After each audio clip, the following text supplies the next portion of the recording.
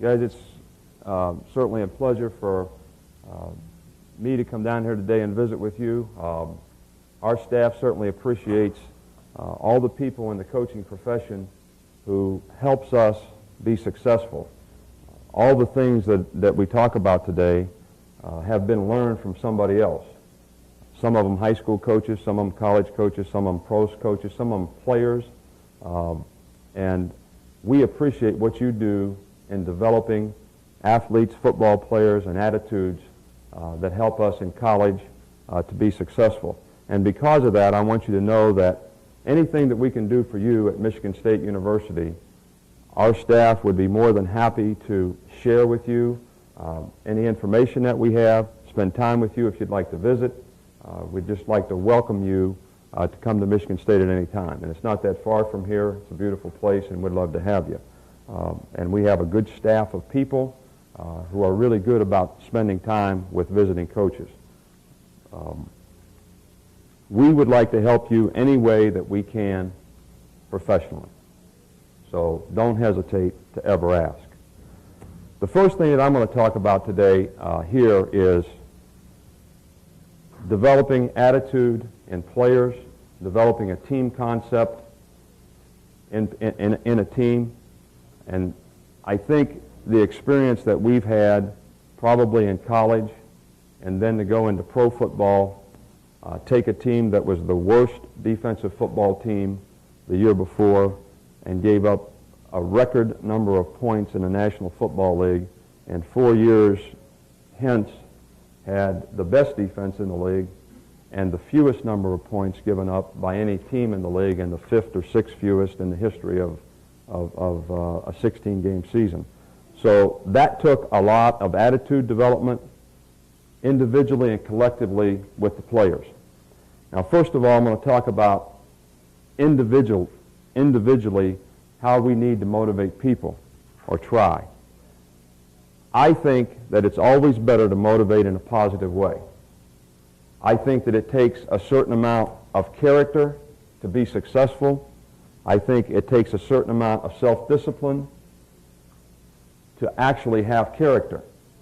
Character, to me, are the kind of decisions that we all make when no one else is around. Example that I like to use with our players is there's a four-way stop outside my office. When the police are sitting on the corner, everybody always stops. But there are people who don't when that phantom police car is not there. And the decisions that you make when you're away from us, whether you're going to dissipate and make the wrong decisions about the things that you do, whether it's handling your personal life, how much you eat, how much you work out, what your willingness to be successful is, all those decisions are what is your true internal character. If you don't have self-discipline, you won't be able to make those correct decisions. So that's very, very important in any program and in any individual. Now, some of you who coach in the high school level obviously can't pick and choose who you have to coach. And believe me, we really respect that fact. We have an opportunity to do that at the college level because we can choose who we recruit. You can at the pro level as well because you can choose who you draft or sign as a free agent.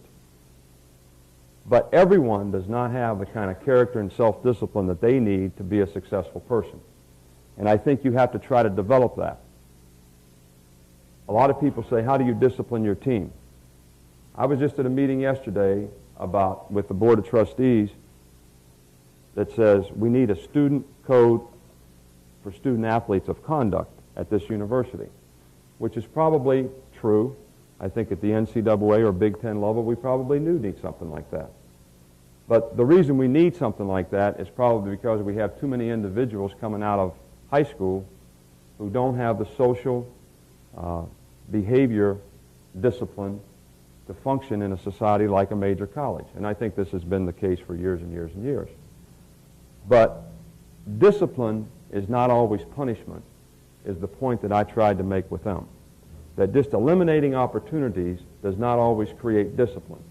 To me, discipline should be structured in a way that it has an opportunity to change behavior, because then you're doing something positive. The number one thing that I think you need to develop in your team and your individual players is they need to know what they want to accomplish. That's the number one thing. You can establish goals for your team. You can establish goals for your offense. You can establish goals for your defense. But to me, to be successful, you have to know what you want to accomplish. That's going to make something important for you to do, because you want the players to do it because they enjoy doing it, they want to do it, they have some ownership in it, and they feel a part of it, and they're going to get positively reinforced when they make a commitment to it. But you can't accomplish anything if you don't know what you want to try to accomplish. And if you need to sit down and try to get them to make some commitments, then you need to do that. And you need to take the time to do it, because to me, attitude development makes all the difference in the world. But if a young man knows what he wants to accomplish, he'll have the desire, which will give him the willingness to work and invest his time in what he needs to do to be the best he can be at that. It'll also give him the willingness to persevere and stick with it, learn from his mistakes, so he can continue to grow in a positive direction. I think that players, that's the starting point, because at least you're getting the work ethic that you need, and people aren't getting discouraged every time things don't go the way they should. And believe me, these young men have to overcome a lot of adversity. Yours do, ours do, everyone does. I mean, I think Bob Tucker here we were at High State together. The greatest speech that I ever heard given, Woody Hayes gave to our team before we went to play Michigan. I think it was 1981.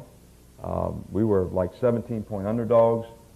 They had a great team that year. They had 5 All-Americans on offense, Butch Woolfolk and Bubba Paris and all kinds of players. And we didn't have much of a chance to win. In fact, by winning, we ended up going to the worst bowl game. We would have done a lot better if we'd have lost the game, because no one thought we were going to win. So when we won, we didn't really have a bowl game to go to. No one ever thought of that. But Woody's whole speech was about overcoming adversity, and that there can be no great victories without a tremendous amount of adversity to overcome to make it a great victory. And he talked about all the adversity that our particular team had, the bad weather, being underdogs, playing in Ann Arbor, all those things, and he equated it to the war in the Pacific, which I can't do because I'm not the history buff that he once was. But it was a great speech, and I've never seen a group of players so zeroed in and relate to that. And we went there and played a great game and won the game 14-9. He also said after the game to the coaches, I'm glad we don't play anybody next week, because I don't think there's a team in the country we could beat next week. Because we really did play ass over tin cup. I mean, tea kettle, just got after it and played great and played with a lot of heart. But overcoming adversity, learning from mistakes is very, very critical. And I think coaching is teaching. But as coaches, you can find yourself criticizing a player almost every play. I had a young man do a study on me as a coach when I was coaching the secondary in Cleveland, and he was getting a master's degree in psychology or something at one of the schools around Cleveland, and he said, I'm going to do a study on how many positive things you say to players and how many negative things you say to players during the course of practice. And as coaches, we can become critics, and as critics, I think sometimes you can become negative. And I don't think people respond as well to negative teaching as they do to positive teaching. Now, if any of you have seen me coach, we get after guys pretty good. But we've already established the expectations for what we expect from them, and they, in turn, agree that they're not living up to those expectations or standards or commitments that they made prior to that. So having the ability to learn from your mistakes and overcome adversity is very important to me. One thing that we had to overcome on our team in Cleveland and our team at Michigan State, when we played Nebraska this year, and they kicked our ass like a redheaded stepchild now, 50-10. And Tom Osborne says after the game, he says, you know, Coach, you have a better team than you think. And when they beat Florida 64-20 or whatever that game was, I said, you know, he's probably right. We were a little bit better, and that was about as close a game as they had all year. But our players did not believe that they could win that game. There's no way that we believed that they could win that game. We had self-imposed limitations on what we could accomplish as a group. There's no question about that. There was a guy that I grew up with. His name was Shockey Mayles. He's the best free safety I've ever seen in West Virginia. Played at Fairmont State. Went to Vietnam, and he was one of those guys that chased the guys through the jungle and cut their fingers off and then wore them on his belt. That's the kind of mentality he was. And that's how he played free safety, too. But he got captured over there, and they put him in what he called a tiger cage. And it was a cage about as big as this, because they didn't have prisoner of war camps everywhere, so they put the prisoners in little cages like this so they could move them when they went different places. They just moved them and took them with them like a dog in a cage. Said it was the most restrictive situation and circumstance I've ever been in my life. I said, how'd you survive it? He said it was very difficult, took a lot of mental toughness, and all that type of thing. And he said it was very, very limiting. And I said, well, what's it like when you came back to the United States? What do you see in people? He says, I see a lot of people that wear one of those cages right on their head. And I says, what do you mean by that? And he says, there's so many people that have so many self-imposed limitations on themselves, what they can accomplish and what they can do. It's unbelievable, because he was in an experience that he had to overcome so much to stay alive in a circumstance and a situation that it was so easy for him to see the limitations that people put on themselves and what they could and couldn't accomplish. And I think, you know, that's very important. There was a guy that I used to watch fish in West Virginia. And the guy used to throw back the big fish and keep the little fish. And finally I asked him, I said, why do you throw back the big fish and keep the little fish? And he says, because I only have a 9-inch frying pan, which to me in itself is putting a lot of limitations on himself as a fisherman, right? There's only so much that he was going to allow himself based on the frying pan. And it's a simple story, but I know that our team had those. They did not believe in themselves. They didn't think they could win. They had been beaten too many times before. Their expectations was not for things to go well and to play to win, but their expectations were for things to go wrong and they would lose. And some kind of way, you have to throw this tiger cage away and build confidence in your players. And I think losing begets losing and winning begets winning. But if you positively reinforce, I think you have a much, much better chance to succeed in this way than if you just get on people all the time and you're critical. I think, and you have to coach every individual a little bit different. Can't treat everybody the same. It's probably the biggest difference between coaching college football and coaching professional football, which probably professional football has more similarity to high school football in terms of the coaching, because when the owner pays the guy the money, you got to coach him. If he can't backpedal and he has to play in a half turn, you better be able to teach him how to play in a half turn. So that's just the way it is. Just like when you get a guy that comes out for football, if he's the only right corner you got, then you got to teach him how to play right corner the best he can play right corner. And he may not be able to play it like Frank Minifield played it the year before, or Hanford Dixon played it the year before. Because Everson Walls was good in his own way, Donnie Griffin was good in his own way, but none of them could play with Frank Minifield's style. And I think you guys have to do that, but you have to be able to recognize those styles and differences. And I'm using an example of physical ability and physical style.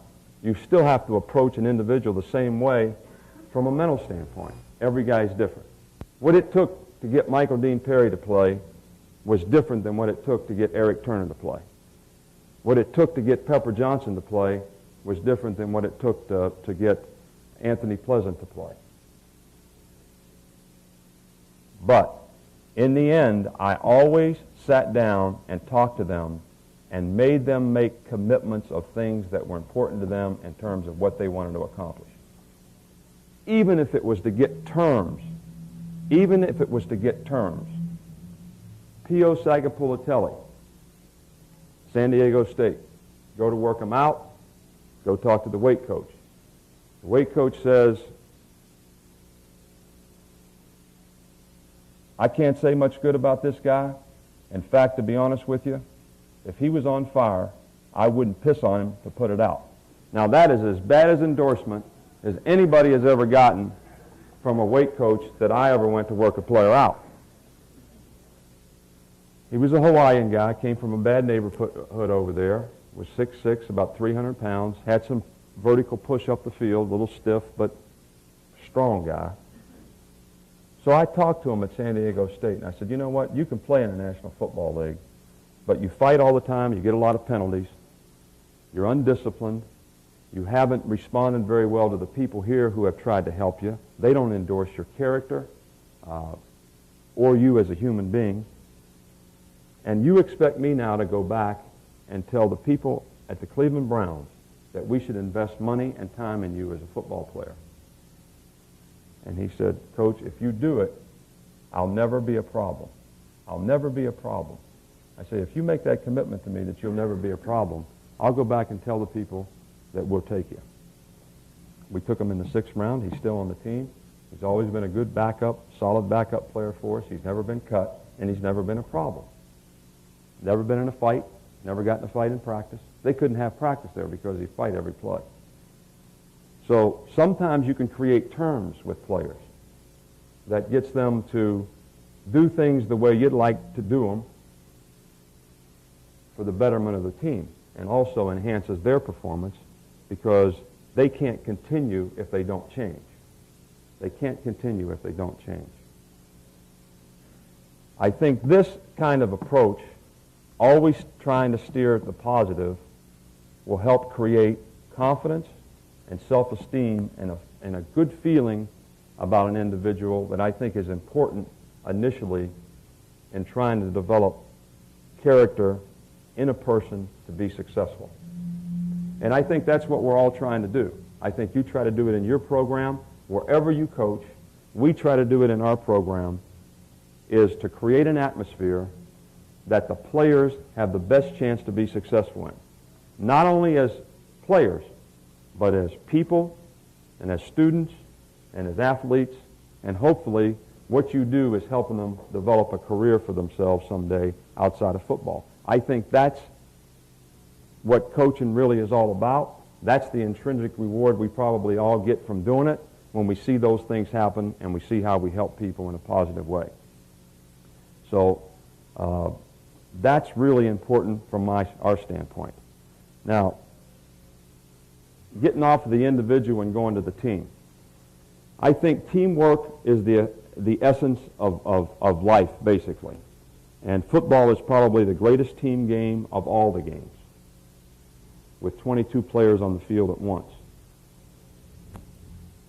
I think the first thing that all these individuals have to do, and it's tougher and tougher and tougher because I think people are more selfish and self-centered all the time. My own children are selfish and self-centered because they are spoiled. And I'm not sure how not to do this, but the first thing that these people have to do to be a part of the team is you have to suppress your own self-ego for the good of the team. That's the only way you can give the proper respect to the other people that you have to participate with. You cannot worry about yourself first. You have to give that up. Being a part of the success has got to be more important than you being personally indispensable as a part of the team. And some players enjoy that status. And sometimes you have to take it away from them so they see that we can win without you. You really do. being a part of the success of the team has to be more important than your own you personally being indispensable or trying to reach a status with the other players on the team that you are indispensable. I think if you can do that, then the team can actually develop a personality of its own. There can be a genuine enthusiasm, and they can have a respect for one another I think they need to have a successful team. Selfish behavior must be set aside. It's got to be. And if you're looking for it, you can see it all the time. You can see it all the time. And players will test you all the time. And the better the player, the more they'll test you. Just like those 4 guys that didn't get on that bus at 1 o'clock in the morning in Shreveport, Louisiana. That was the curfew. The reason we suspended them and didn't start them in the game and held them out for a quarter is because they were there, they chose not to come back. They didn't miss the bus. They made a conscious decision to stay out later than the law allowed. So to me, the only way, and they thought that because it's Scotty Green and because it's starting middle linebacker and different things like that, starting strong safety, that we wouldn't do anything about it. Sometimes those guys felt like they were indispensable to the team and didn't have to do what everybody else had to do to be a part of the team. So they didn't start in the game. Didn't hurt us. We were ahead when they went in the game. Then things fell apart later. But I think that's very important.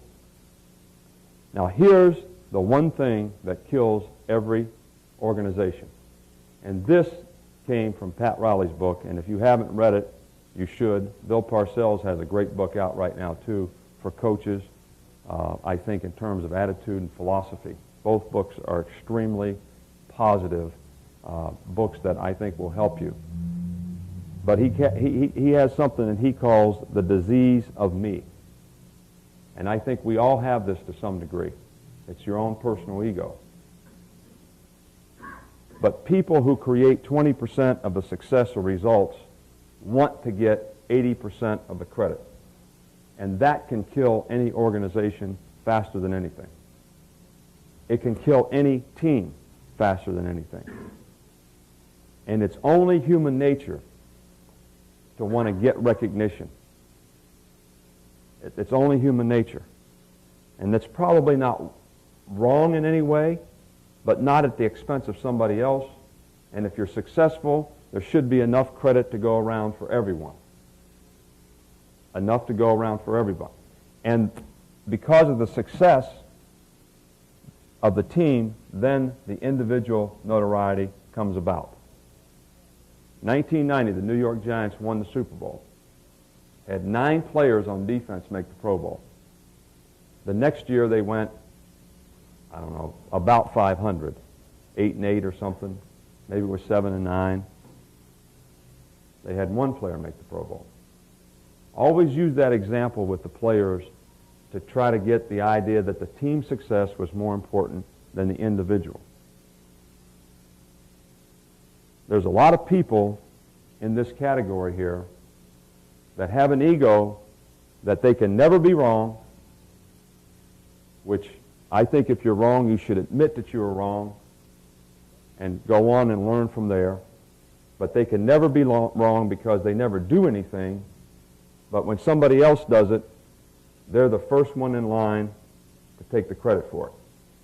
Now that'll kill you more than anything, I think. Whether it's your coaches that do it, your athletic director that does it, the principal of the school, I don't care who it is. I think this comes, and we had some of this on our team this year, because these guys hadn't had much success.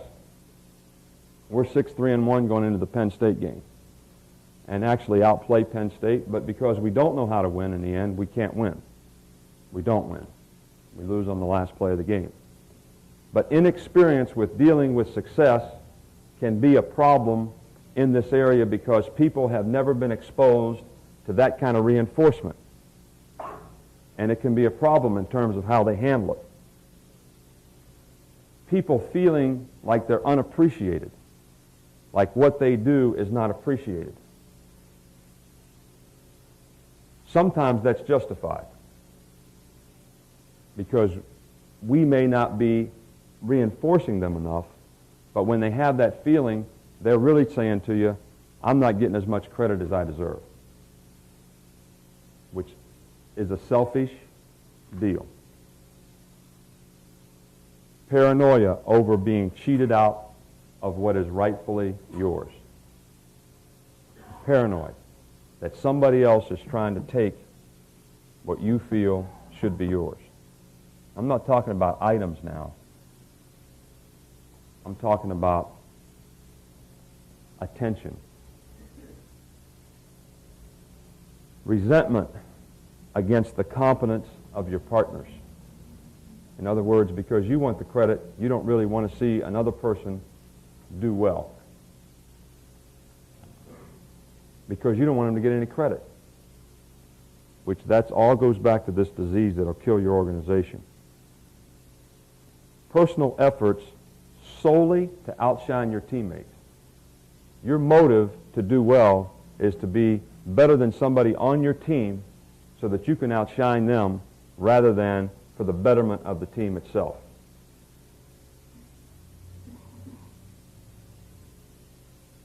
A leadership vacuum that results from cliques and rivalries on your team. And look, our team in Cleveland in year 3 was destroyed. As much as we had great chemistry in year 4, in year 3 we were 5-2, 7th in the league in defense, doing fairly well. We have a bye week. We cut Kozar, David Brandon, who's a starting outside linebacker, and Everson Walls, who was really kind of looked up as a leader in the secondary, a very positive guy. We lost the next 5 games in a row. Not because we were playing with worse players, we weren't. It totally destroyed and divided the chemistry of the team. And there was this group over here that thought we should have, this group thought we shouldn't have. You know, we picked up Pepper Johnson and cut these 2 guys to get the money to pay him, so they didn't like him, and I mean it was a mess. Almost made me have a nervous breakdown, I'll be honest with you. I mean, it was a mess. When you have to deal with those kind of attitudes because of divisiveness that divides your team. Because everybody had a different deal. Feeling of frustration even when the team performed successfully. If you think, I'll bet you everybody in here played some kind of ball sometime. I mean, we're all coaches, we all played something. I can't say that when I go through this, that honestly, as a competitor and a player, I haven't felt that to some degree at some time. Any of those 7 things. So I'm sure that you can understand what I'm talking about. I mean, I know you've all had a player on your team, you just won the game and you had to come in and say, what's wrong, man? Get your head up. We just won. We won the game. Well, I didn't think I played that well. Well, what does that tell you? It's not bad that the kid's disappointed in his performance, but still, the number one objective is what? To win the game and be successful as a team. So I think that's a problem. I think there's some other things that are really important in coaching and consistency and developing a team, and I think the one thing is integrity.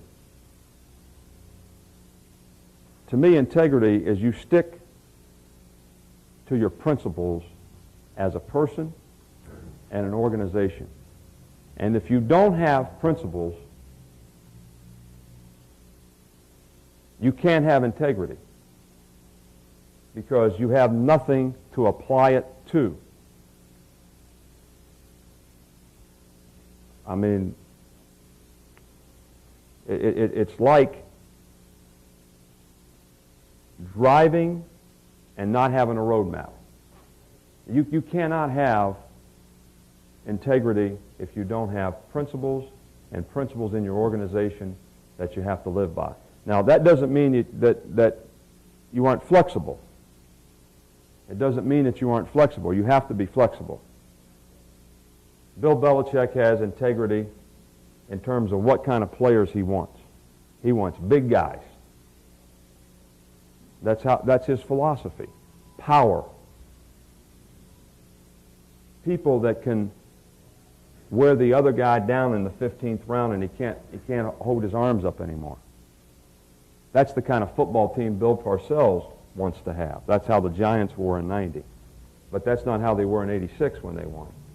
They passed the ball a lot more. They had Joe Morris playing instead of Otis Armstrong. Big difference. Or Anderson. But I think integrity is the only way that you'll have the respect of your team. And you got to have principles. It's really important. I think you got to be flexible so that you play to your team's strengths all the time. I mean, this year we had to throw the ball. And I can sit here and complain to you about the mistakes that Tony Banks made as a quarterback in a couple games and be mad about it. But the fact of the matter is with the players that we had, an inability to run the football because of an offensive line that couldn't get movement, not a very good defensive team, even though they played hard. We were small, couldn't stay on the line of scrimmage and all that stuff. We had 3 good wideouts, 2 good runners, and a good quarterback. The only way we were going to win is if the quarterback had the opportunity to do the things that he needed to do in the game to score points, to utilize the skill players, spread the defense out.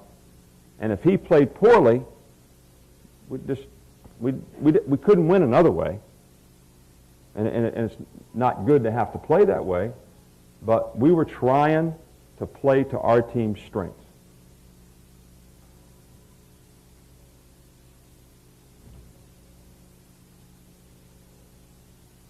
I mean, and to me, we sometimes change things that don't need to be changed as coaches. You call a defense, it works. You call it again, it works. Then you change it, and they hit something on you. Why did you change? If you know the guy can't hit your fastball, I mean, I keep throwing it for 27 outs. Why would you not keep throwing it? Why would we outsmart ourselves?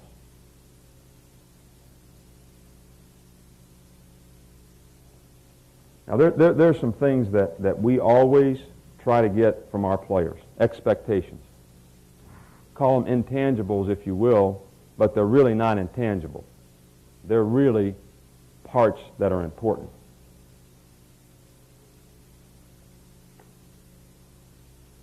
Takes no ability to do any of the 3 of these things. Number 1, every player's got to give effort. Takes no ability to give effort. There's no one that ever said you had to run a 4.5 to give effort and try hard. Every play. And you establish the standard as a coach. 2, you cannot play football if you don't have mental and physical toughness. It's just a simple fact. It takes a lot of physical toughness to play, and to me, mental toughness is being able to deliver when the game is on the line. You don't choke. You don't start thinking about what's going to happen and how we're going to play to keep from getting beat rather than to keep playing to win. That, to me, is mental toughness.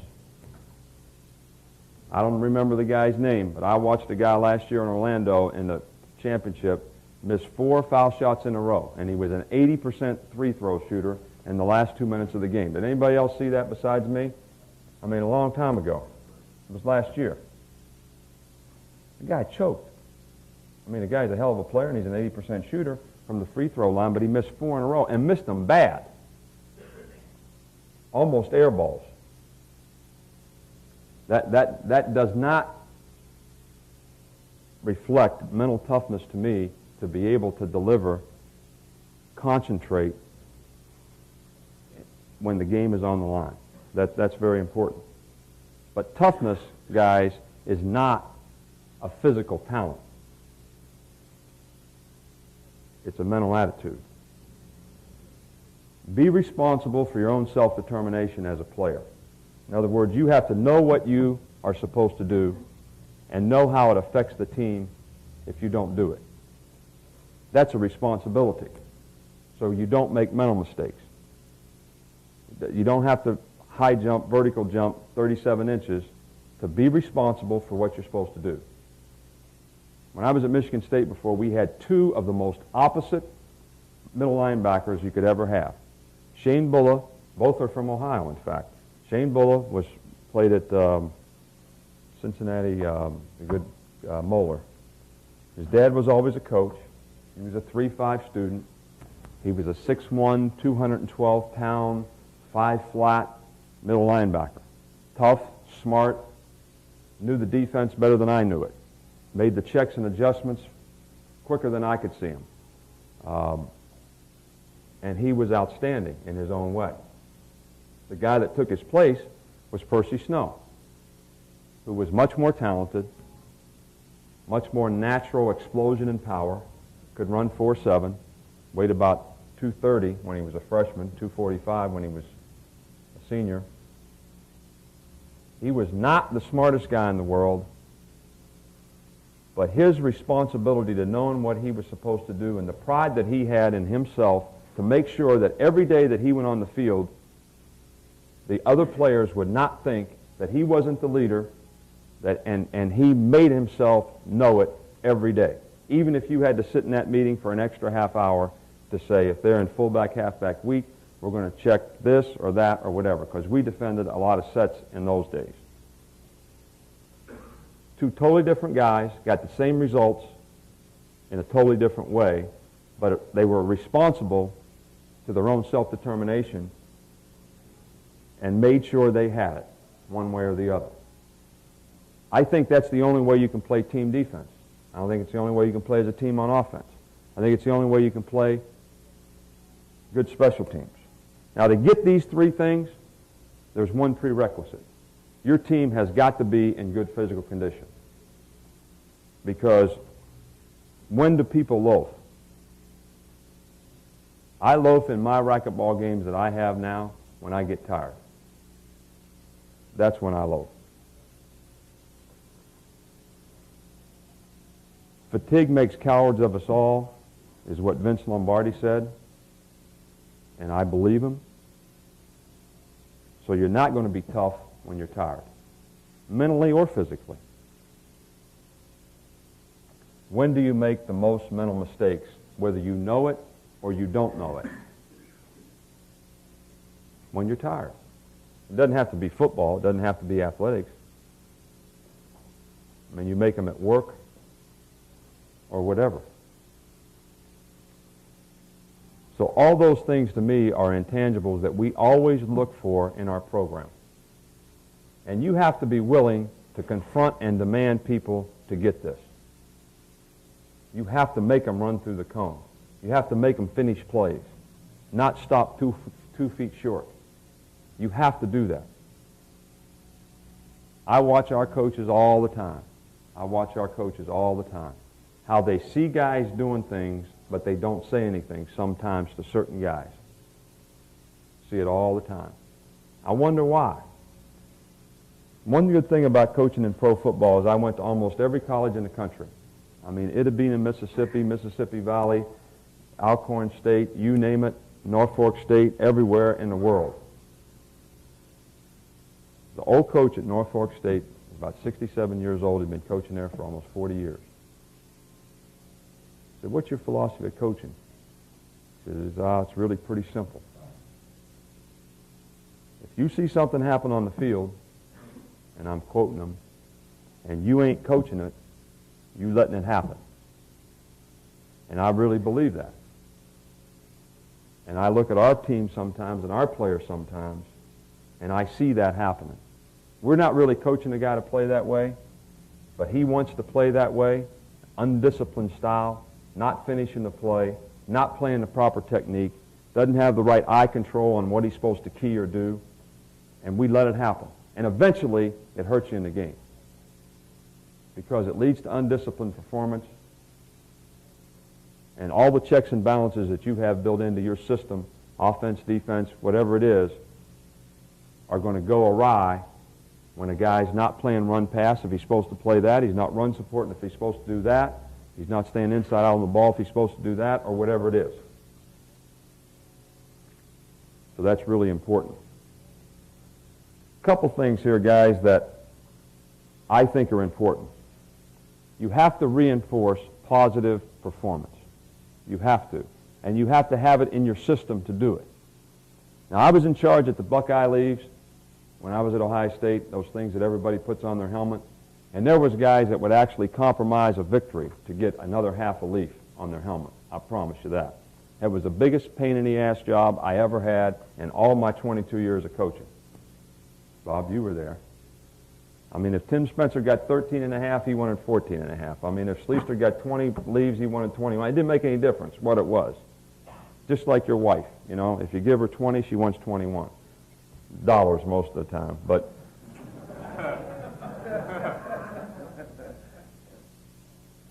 I think that's a way to do it, but that's kind of individualistic in manner, and the way we tried to do it is more in a team way. And you'll be amazed, and one thing that people don't understand about pro players is still they want the attention and they want to be reinforced for positive things that they do. I've seen guys bust their ass that made $3 million a year for a $100 bill if you put one up there on a production chart as who got the most production points in a week in Cleveland. Like they didn't have enough money to walk across the street and buy a cup of coffee. Unbelievable. It wasn't the 100. It was just the positive reinforcement they would get from their peers and the coaches and the other people in the organization if they got it, if they did it.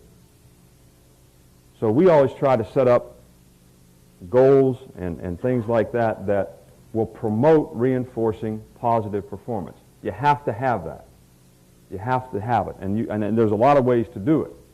But I think philosophically how you're structured helps you do that, even in your goal boards if you have them. And the first 2 years in Cleveland, we didn't have any of this stuff. We didn't use it. Bill didn't believe in it. Then the more he got involved in other things, the more I could do more things like we used to do them, so we had goals. The goals on defense were this. The first one is always to win. That's got to be the first one. The second one, because it's the truest measure of being a good defensive team, is to prevent the score. Doesn't make any difference how many yards they get, how many yards passing they get. It doesn't make any difference how many yards rushing they get. I think all those things are going to contribute to whether you do it. And I think all the things that we talk about contribute to being hard to score against. And that's the number one thing that I always wanted to hear as a defensive coordinator, was people would come and say, well, you guys are playing it. You are hard to score against. You're hard to score against. That's what you have to be. How many points do you give up? Now, I kind of think that 13 points a game, like in college, maybe it's less than that in high school relative to the rules and the skill players and guys running down the field on screens and all that stuff. I mean, the rules are there for them to score points. And I think if you really have a very good defense, like there was only one team in the Big Ten this year that gave up 13 or less points. And it wasn't a terrible defensive league of defensive teams or anything. You have to stop the run to be an effective defensive team. You have to. Now, we just put 3.3 yards per rush down. Because if you're playing a wishbone team, they might get 200 yards rushing, and that may be good. So it's how many yards per play they get that I think is a key. We put 5 yards per pass play. No more than 5 yards per pass play. That's all pass plays. And stats in college and with you guys in high school don't indicate that. If a guy gets sacked, that's a pass play. That should come off of passing yardage, not rushing yardage. And that's how it is, because then you truly know on the passing plays that they called, you gave up this many yards. These are the results of the passing plays. You have to get turnovers, because turnover ratio is one of the most significant factors in winning and losing. There's no question about it. If you give up big plays, you will not be hard to score against. Big plays to me are 20-yard passes or 15 or more yard runs. Third down efficiency. If you get off the field on third down and you concentrate and emphasize that part of your team, you'll be surprised how important it is. A lot of coaches, they keep playing the same thing on third down. You have to play the down and distance and the situation in the game and be able to get off the field.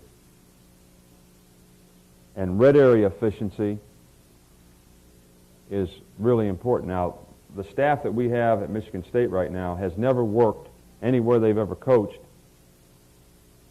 on playing differently in the red area. And everybody understands what I mean by the red area, the plus 20 in, going in, than they do out in the field. Play the same coverages, same stuff. Well, we don't play the same coverages, and we don't play the coverages the same way. I mean, we call cover 2 now red 2. We call 9 red 9 because it's different. The field shrinks.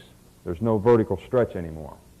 So you should adapt your teaching and your philosophy and coaching to that.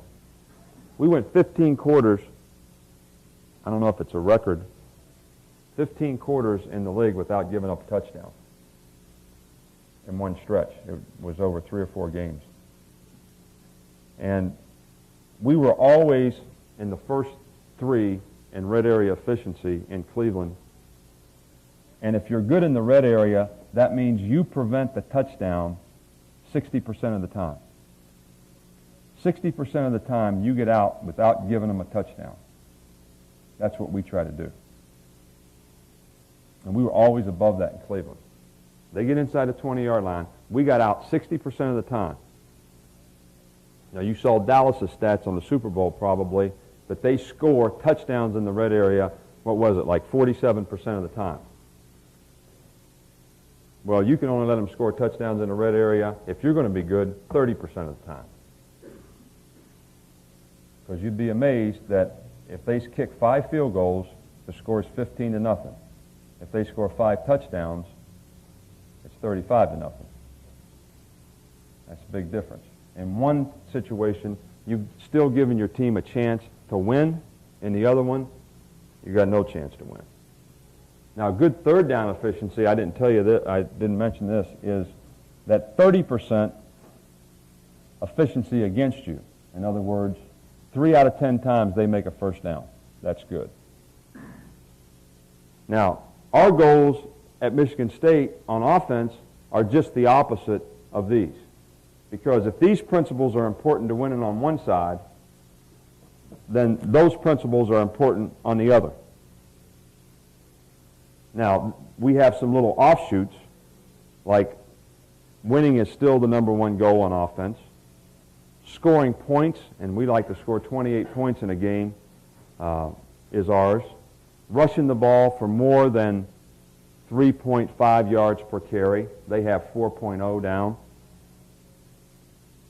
They want to throw the ball with efficiency and not make turnovers and make enough big plays in the passing game that they're going to average 6 yards per pass play, which means you have to be able to protect the quarterback. If you're going to pass the ball, you have to be able to protect the quarterback.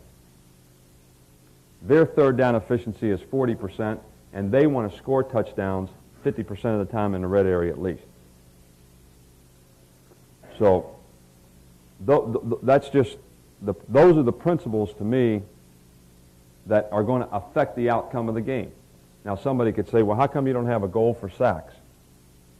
We did a study, and the teams that had the most sacks didn't play the best defense, and the teams that had the most sacks didn't win the most games. So that's not a significant goal toward winning and losing. I think all these things that I mentioned here are significant in affecting the outcome of the game, which that's the kind of goals that you want. Those are the kind of goals that you want. Now, how do you evaluate your team? Do you guys grade your players?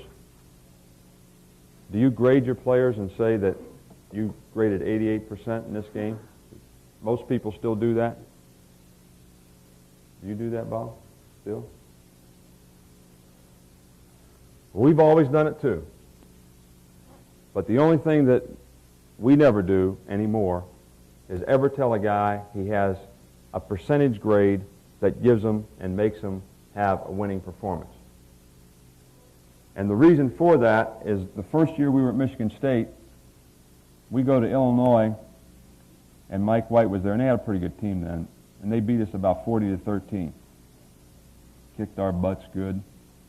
We come back, we grade the film the next day, and the outside linebacker coach is in his meeting, and he gives his guys his grades, and he says, all right, Tim Moore, you played really well. You got 88%. That's a winning performance. I said, wait a while. We got beat 40-13. If we're going to have a team concept, there's nobody that can walk out of this room thinking that because they graded a certain amount, they have a winning performance. There's no way. Because you win as a team and you lose as a team. So what we grade for is consistency. And there's no winning or losing grades, performances. That was the end of that. That was the last time we ever had winning performance. Because it's not winning performance, it's what you think as a coach is enough consistency to win at the position. But consistency is only a part of being a good player. Production is really important as a player. Production, how many plays do you make? And we've all coached guys that don't do it like we'd like for them to do it, technique-wise, so you can give them a minus in the technique, but the results are good. Michael Dean Perry did not always play three technique exactly like we coached him, but he made as many plays doing it like we coached him as he did his own way. And there was always a negotiation going on there. Play the defense, two gap, 25% of the time. That's all I'll call it. I'll make sure when the day is done that you're only going to have to play two gap 1 out of every 4 plays. And we'll move you and let you do what you want to do the rest of the time. Now, Bill didn't have the flexibility to do that, but that's the only way. Otherwise, the guy was never going to play what you want him to play. Never. He saw himself as a one-gap player. He had great quickness, and he was. But he could do either one. So you compromise with the guy to get him to do what you want. But his consistency and his grade in the game was never good enough to be a winning performance, ever. Because he never always played the defense disciplined like you would like for him to do technique-wise. But did he make enough plays for you to win? Most of the time. Most of the time. Now that sounds like a little bit of a contradiction, but he did. But consistency is important, but production is important. Now, we have a production chart, which this to me has been the best motivator for our players. It rewards the positive. It takes something away for the negative. And the players see, as a team, who is being a productive player. And it undresses the guy that's trying to bullshit everybody into what a good player he is when he's got 5 production points, when some other guy's got 162. Undresses him in front of the whole town because it's right there. And the grades arrive the same for everyone. And I don't have them all here, but I could give it to you. But it's a point system that reinforces positive plays. Example, you make a tackle, you get 2 points. You make an assist, you get 1 point. You cause a fumble, you get 3 points. You recover a fumble, you get 3 points. You pick the ball up and run it for a touchdown, you get 3 points. You make a block on a return, you get a point. You get a tackle for a loss, you get an extra point. You get a sack, you get 2 extra points. If you knock down a pass, you get a point. I probably already said interception is 3 points. But all those things reinforce positive plays. All those things. Now, on the downside, you miss a tackle, it costs you 2. You get a penalty, it costs you 2. You get a no hustle, it costs you 1. You make a ME, mental mistake, it costs you 1. All those things cost you on the negative side because they hurt the team. Now, what you could do is reward a guy, if you really thought consistency was important, is guy grades 90% and you think that's good consistency, give him 3 points for that, if you want to. Well, we didn't. But I'm going to tell you what, those guys used to come in that meeting room in Cleveland, and they'd come around the corner, and that's the first thing they'd look at. They almost run into me, trying to see where they were on that chart. Every one of them. Didn't make any difference how much money they made or anything. And the 2 guys that were on top of the list, Pepper and Eric Turner, were the 2 leaders of the team. They were the 2 leaders of the team. In their way, they were the leaders of the team. Everybody respected them. They played hard in the games. They were good leaders in their own way. They took special handling at times, but they were good leaders in their own way. And that reinforced them in a positive way. Yeah. Okay.